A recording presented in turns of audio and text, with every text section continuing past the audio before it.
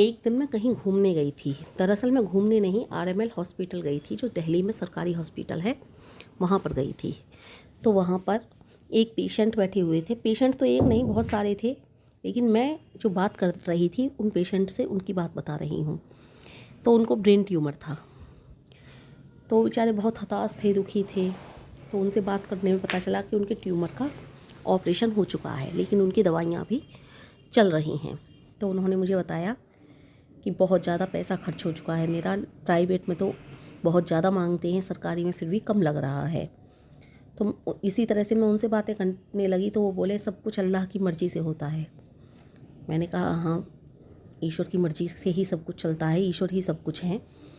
तो वहीं पर एक सज्जन व्यक्ति और बैठे हुए थे, वो मुझसे बोले जब ईश्वर की ही मर्ज़ी से सब कुछ होता है तो फिर तो बुरे काम भी ईश्वर की मर्ज़ी से होते हैं, अच्छे काम भी ईश्वर की मर्ज़ी से होते हैं। एक जब चोर चोरी करता है तो वो भी ईश्वर की मर्ज़ी से करता है, और जो अच्छे काम कर रहा है वो भी ईश्वर की मर्ज़ी से कर रहा है। तो फिर कैसे कह दें कि ईश्वर की मर्ज़ी के बिना कुछ भी नहीं हो रहा, सब कुछ ईश्वर की मर्ज़ी से ही तो हो रहा है। फिर अच्छे और बुरे का भेद कैसे पता चले, फिर कैसे कह दें कि ईश्वर अच्छा है। तो मैंने उनके इस प्रश्न का जवाब दिया कि नहीं भाई, ऐसा नहीं है। मनुष्य के लिए ईश्वर ने कर्म करने के लिए स्वतंत्र छोड़ा है, और वो इसीलिए छोड़ा है स्वतंत्र कि जैसा कर्म करोगे वैसा फल पाओगे। इसीलिए स्वतंत्र छोड़ा है, कल को जब भगवान इंसाफ करने बैठें तो मनुष्य ये ना कहने लगे कि तुमने तो मुझे अपने इस तरह के बंधन में बांध रखा है, तुम्हारे बिना मैं कुछ कर ही नहीं सकता। इसीलिए मनुष्य को कर्म करने के लिए स्वतंत्र छोड़ा है। तभी तो बहुत से लोग बड़े हुए, बहुत से छोटे हुए, कर्म के आधार पर। तो इस तरह से मैंने उनके इस प्रश्न का उत्तर दिया। और गीता में कहा भी गया है, कर्म करो फल की चिंता मत करो। तो ईश्वर ने मनुष्य को कर्म करने के लिए स्वतंत्र छोड़ा है। ईश्वर का कर्म मनुष्य कोई करता है तो उससे कोई लेना देना नहीं होता है, बस और फल भी ईश्वर ने अपने हाथ में नहीं रखा है, फल भी मनुष्य के लिए ही छोड़ दिया है। जैसा कर्म करेगा वैसा फल पाएगा। तो मैंने उनके इस तरह से इस प्रश्न का उत्तर दिया, तो उन्होंने मुझ पर दूसरा प्रश्न फिर से दागा।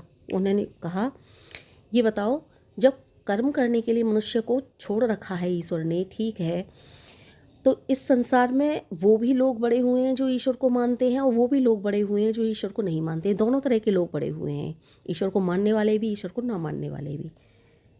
तो फिर कैसे कह दें कि ईश्वर है। मैंने उनके इस प्रश्न का भी उत्तर इसी प्रकार दिया। मैंने कहा, एक बात बताओ। ज़्यादा तो बात मैं उस समय नहीं कर सकती थी, क्योंकि सरकारी हॉस्पिटल था, मेरा भी नंबर आना था। अब उनकी इस पूरी समस्या का समाधान मैं यहाँ पर करूँगी, लेकिन जो मैंने उनसे वहाँ पर जो प्रश्न का उत्तर दिया वो छोटा सा था, संक्षेप में था, लेकिन अब विस्तार पूर्वक मैं इस वीडियो में जानकारी दूँगी। तो मैंने सिर्फ उनसे यही कहा, जब एक बच्चा माँ की गर्भ में होता है तो उस बच्चे ने ऐसा क्या पाप कर्म कर दिया जो पैदा होते ही वो मर गया। कुछ ना कुछ पूर्व जन्म के संस्कार रहे होंगे ना उसके। उसने तो कुछ ऐसा पाप किया ही नहीं, वो तो माँ की गर्भ में था। तो वो बोले माँ की गर्भ में उसको क्या पता पड़ी बच्चे ने। मैं बोली नहीं, माँ की गर्भ में जब बच्चा होता है ना तो बहुत कष्ट में होता है वो, और उसको अपने जन्म जन्मांतर तक की सारी कहानियाँ याद होती हैं, और वो भगवान से प्रार्थना करता है, इस नरक में से मुझे निकाल लो। जब तक वो माँ की गर्भ में होता है सब कुछ पता होता है उसे, और उसने कोई ऐसा पाप तो किया नहीं जो माँ की गर्भ में ही ईश्वर ने उसे उठा लिया। ना भगवान निर्दयी हैं, भगवान तो सबसे ज़्यादा दयालु हैं। उसने कुछ ना कुछ ऐसा कर्म किया था कि तुझे बस इतनी ही सज़ा मिलनी है और इतना ही नर्क भोगना है, और तू अब आ जा मेरे पास। तो इसका मैंने छोटा सा उत्तर उनका इस प्रकार दिया था, लेकिन पूर्ण तरह मैं उत्तर नहीं दे पाई। मैं और भी उत्तर उनको देने वाली थी, इतने में मुझे डॉक्टर ने बुला लिया। तो मैं अब उस प्रश्न का उत्तर इस प्रकार दूंगी। तो उन्होंने मुझसे प्रश्न करा था कि दो प्रकार के आदमी हुए हैं इस दुनिया में, जो ईश्वर को मानने वाले हैं और जो ईश्वर को नहीं मानने वाले हैं। तो कैसे कह दें कि ईश्वर है। हाँ, ये बात सही है। मैंने कहा ना, कर्म प्रधान है। तो ये बात तो सत्य है कि दोनों ही बड़े आदमी जो हुए उन्होंने कर्म किया। कुछ तो कर्म ऐसा किया जो ईश्वर को मानने वाले थे और ना मानने वाले थे, जो वो बड़े हुए। बिना कर्म के तो वो बड़े नहीं बन गए। तो मैंने पहले भी बताया, कर्म प्रधान है, जैसा कर्म करोगे वैसा फल पाओगे। उन्होंने कर्म किया, बड़ा बनने लायक, तो वो बड़े बन गए। अब दूसरी बात यह है कि फिर हम ईश्वर को क्यों माने। जब कर्म ही करके हमें बड़ा बनना है तो ईश्वर को क्यों माने। इस पर मैंने एक वीडियो भी बनाई है, आप चाहें तो देख सकते हैं कि कर्म ही करके हमें बड़ा बनना है तो ईश्वर को क्यों माने। लेकिन फिर भी मैं इस बात का इस तरह से जवाब दूंगी कि यदि एक बात बताइए कि जब ईश्वर को मानने वाले को ही बड़ा बनना था, तो ये तो वो वाली बात हो गई, ईश्वर स्वार्थी हुए। जो ईश्वर को मानते हैं, जो ईश्वर को का जप करते हैं, तप करते हैं, सिर्फ वही बड़े बनने थे। जैसे एक नेता होता है, नेता का कोई चाटुकार होता है, तो नेता को उस पर दया आती है और वो उसकी तरक्की करवाता चला जाता है। तो ये तो ईश्वर को स्वार्थी की श्रेणी में रखा जाएगा ना फिर। इसीलिए ईश्वर ने कर्म को प्रधान माना कि तुम मुझे मानो मत मानो, जैसा कर्म करोगे वैसा फल पाओगे। इसीलिए कि मैं कर्म करो, जो अच्छा कर्म करेगा वो अच्छाइयों के रास्ते पे आगे बढ़ता चला जाएगा, उसका नाम अच्छाइयों में होगा। जो बुरा कर्म करेगा वो बुराई के रास्ते पे चलता चला जाएगा और उसका बुराइयों में नाम होगा। तो इसीलिए कर्म को प्रधान माना। इसीलिए ईश्वर को मानने वाले और न मानने वाले दोनों बड़े हुए। ईश्वर स्वार्थी नहीं है, इसीलिए उन्होंने ये दिखाया मैं कि स्वार्थ से परिभूत भी अलग हूँ मैं। उन्होंने इसीलिए कहा कि कर्म करने से ही बड़ा होगा, ईश्वर को मानने से ना मानने से नहीं होगा। फिर हम ईश्वर को क्यों माने, इसके लिए भी मैं एक बात बताऊंगी आपको कि एक बात बताइए, जब हम किसी जगह पर जाते हैं, कोई पेपर वगैरह या एग्ज़ाम वगैरह देते हैं, या फिर किसी के सामने हमें सब में वो वाली क्षमता नहीं होती है ना कि सबके सामने जाकर, 4 लोगों के सामने जाकर अपनी बात रख सकें।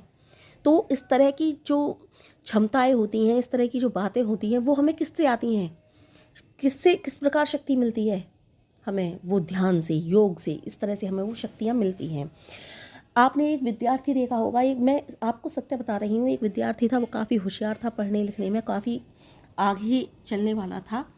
तो उसके साथ यही समस्या थी कि वो जब भी टेस्ट देने जाता था या फिर अपने सामने जो होते हैं इंटरव्यू वगैरह, उनमें जाता था, तो वो कुछ भी नहीं कर पाता था। उसके हाथ पैर फूलने लगते थे, वो सामने बोल नहीं पाता था, उसकी मतलब एनर्जी सी नष्ट होने लगती थी, कुछ नहीं कर पाता था। और घर में वो सब कुछ अच्छे से, पेपर वगैरह सब कुछ अच्छे से, टेस्ट वगैरह सब कुछ अच्छे से दे लेता था।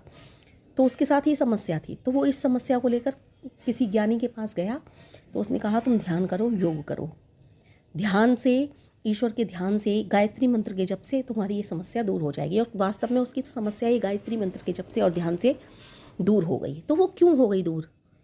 क्योंकि मेहनत तो वो करता था, सब कर्म तो वो भी करता था ना, लेकिन उसकी जो अंदर कमजोरी थी ना, वो कमजोरी ईश्वर ने उसकी हर ली। अब इसी तरह से जैसे एक माँ के 2 बच्चे होते हैं, ये मैं उदाहरण अधिकतर देती ही हूँ। तो माँ दोनों बच्चों से समान प्यार करती है, लेकिन जो माँ का ज़्यादा आज्ञाकारी होता है ना, माँ उस पर ज़्यादा ध्यान देने लगती है। तो इसी तरह से ईश्वर को मानने वाले ना मानने वाले दोनों बड़े होते हैं। कर्म जो ज़्यादा अच्छा करता है वो आगे बढ़ता चला जाता है, लेकिन ईश्वर की जो अपार प्रेम और अपार दया दृष्टि रहती है, वो अपने उत्तम शिष्य के ऊपर ही रहती है। जो उनसे प्यार करता है उसी के ऊपर रहती है। और यदि ईश्वर को जपने से ही बड़े आदमी बनते, तो फिर तो ईश्वर स्वार्थ की श्रेणी में आ जाते। और ईश्वर तो स्वार्थी हैं ही नहीं, वो तो सुख दुख लाभ हानि सबसे परे हैं। झूठ ईर्ष्या कपट दंभ द्वेष, ये तो उनको छूते भी नहीं हैं। तो फिर उनको ईश्वर कौन कहता है, यदि ये सारे के सारे अवगुण उनके अंदर होते? वो ईश्वर ने जो मनुष्य के लिए गुण बताए हैं ना, वो सारे के सारे गुणों से भरा हुआ है ईश्वर। अवगुण तो उसे छूता भी नहीं, इसीलिए तो वो ईश्वर है। तो इसीलिए कर्म को ईश्वर ने प्रधान रखा है कि कर्म करो, जैसा कर्म करोगे वैसा ही फल पाओगे।